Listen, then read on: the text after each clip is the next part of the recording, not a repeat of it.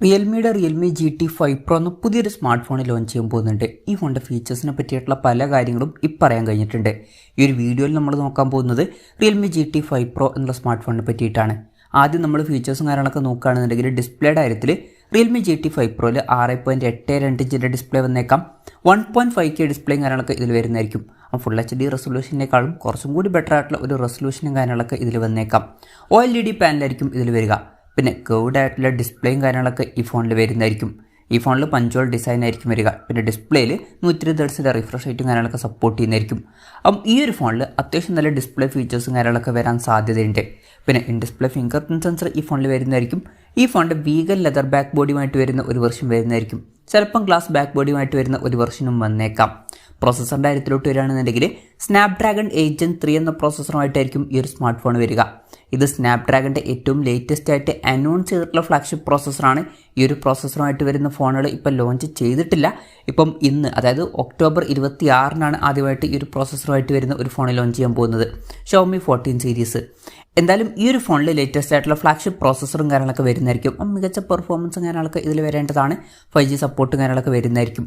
ഈ ഫോണിൽ 24 GB റാം വരെ വന്നേക്കാം. അതുപോലെ തന്നെ 1 TB ഇൻറ്റേർണൽ വരെയും ഇതിൽ വരുന്നതായിരിക്കും. LPDDR5Xൻ്റെ റാമും UFS 4.0 സ്റ്റോറേജ് ടൈപ്പും ഇതിൽ വരുന്നതായിരിക്കും. ഫോൺ വെട്ടനീറ്റായിരിക്കാൻ വേണ്ടിയിട്ട് VC ലിക്വിഡ് കൂളിംഗ് പോലുള്ള ഫീച്ചേഴ്സൊക്കെ ഇതിൽ വരുന്നതായിരിക്കും. പിന്നെ മെമ്മറി കാർഡ് സ്ലോട്ട് ഈ ഫോണിൽ വരാൻ ചാൻസ് ഇല്ല. അതുപോലെ തന്നെ 3.5mm ഓഡിയോ ജാക്കും ഈ ഫോണിൽ വരാൻ സാധ്യതയില്ല. ഈ ഫോണിൽ സ്റ്റീരിയോ സ്പീക്കേഴ്സും കാര്യങ്ങളൊക്കെ വരുന്നതായിരിക്കും. Android 14 ബേസ് ആയിട്ടുള്ള റിയൽമി സോഫ്റ്റ്വെയർ ആയിരിക്കും ഈ ഫോണിൽ വരിക. ക്യാമറയുടെ കാര്യം പറയുകയാണെന്നുണ്ടെങ്കിൽ ഫോണിൻ്റെ പിന്നിൽ ട്രിപ്പിൾ ക്യാമറ സെറ്റപ്പ് വന്നേക്കാം. ഇതിൽ Sony IMX 966ൻ്റെ മെയിൻ ക്യാമറ സെൻസർ വന്നേക്കാം. Sony IMX 989ൻ്റെ അടുത്ത് വരുന്നൊരു പെർഫോമൻസും കാര്യങ്ങളൊക്കെ ഇതിൽ ലഭിക്കുന്നതായിരിക്കും. സെൻസർ സൈസ് വരിക 1/1.4 ഇഞ്ച് ആയിരിക്കും. പിന്നെ മെയിൻ ക്യാമറ സെൻസറിൽ OS പോലുള്ള ഫീച്ചേഴ്സൊക്കെ സപ്പോർട്ട് ചെയ്തേക്കാം. 48 മെഗാ പിക്സലിൻ്റെ Sony IMX 581ൻ്റെ അൾട്രാ വൈഡ് ആംഗിൾ ലെൻസും ഈ ഫോണിൽ വരുന്നതായിരിക്കും. പിന്നെ 50 മെഗാ പിക്സലിൻ്റെ Sony IMX 890യുടെ ഒരു ടെലിഫോട്ടോ ലെൻസും ഇതിൽ വരുന്നതായിരിക്കും. ഇതിൽ 3x ഒപ്റ്റിക്കൽ സൂമൊക്കെ സപ്പോർട്ട് ചെയ്തേക്കാം. ഓൺ പേപ്പർ അത്യാവശ്യം നല്ലൊരു ക്യാമറ സ്പെസിഫിക്കേഷനും കാര്യങ്ങളൊക്കെ ഈ ഫോണിൽ വന്നേക്കാം. ബാറ്ററിയുടെ കാര്യം പറയുകയാണെന്നുണ്ടെങ്കിൽ 5400 mAhൻ്റെ ബാറ്ററി ആയിരിക്കും ഈ ഫോണിൽ വരിക. 100 വാട്ടിൻ്റെ ഫാസ്റ്റ് ചാർജിങ് സപ്പോർട്ടും കാര്യങ്ങളൊക്കെ ഇതിൽ വരുന്നതായിരിക്കും. 50 വാട്ടിൻ്റെ വയർലെസ് ചാർജിങ് സപ്പോർട്ടും ഇതിൽ വന്നേക്കാം. Type-C ചാർജിങ് പോർട്ടുമായിട്ടായിരിക്കും ഈ ഒരു സ്മാർട്ട് ഫോൺ വരിക. ഈ ഒരു ഫോണിൽ അത്യാവശ്യം നല്ലൊരു ബാറ്ററി സെറ്റപ്പും കാര്യങ്ങളൊക്കെ വരുന്നതായിരിക്കും.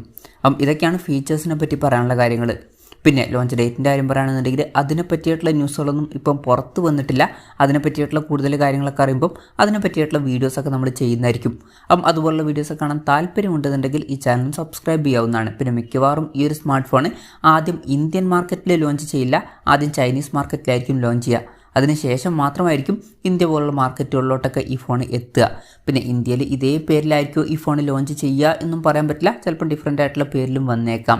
വിലയുടെ കാര്യം പറയുകയാണെന്നുണ്ടെങ്കിൽ ഈ ഫോൺ ചൈനീസ് മാർക്കറ്റിൽ 45,700 രൂപ പ്രൈസ് റേഞ്ചിലേക്കായിട്ട് ലോഞ്ച് ചെയ്തേക്കാം എന്ന് ചില റിപ്പോർട്ടുകൾ ഇപ്പം പുറത്ത് വന്നിട്ടുണ്ട്.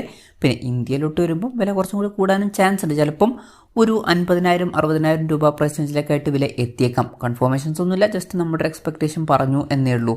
എന്തായാലും റിയൽമിയുടെ റിയൽമി GT5 Pro എന്ന പുതിയൊരു സ്മാർട്ട് ഫോൺ ലോഞ്ച് ചെയ്യാൻ പോകുന്നുണ്ട്. ഈ ഫോണിൽ അത്യാവശ്യം മികച്ച ഫീച്ചേഴ്സും കാര്യങ്ങളൊക്കെ വരുന്നതായിരിക്കും. വളരെ നല്ലൊരു പ്രൈസിങ്ങിലും കൂടി ലോഞ്ച് ചെയ്യണമെന്നുണ്ടെങ്കിൽ വളരെ നല്ലൊരു കാര്യമായിരിക്കും. എന്തായാലും ഈ ഒരു ഫോണിനെ പറ്റിയിട്ടുള്ള നിങ്ങളുടെ അഭിപ്രായം ജസ്റ്റ് ഒന്ന് കമൻറ്റ് ചെയ്യുക. അതുപോലെ തന്നെ ഈ ഒരു സ്മാർട്ട് ഫോൺ ഇന്ത്യൻ മാർക്കറ്റിൽ നിങ്ങളേത് പ്രൈസിങ്ങിലാണ് എക്സ്പെക്റ്റ് ചെയ്യുന്നത് എന്നുള്ള കാര്യം കൂടി ജസ്റ്റ് ഒന്ന് കമൻറ്റ് ചെയ്യുക.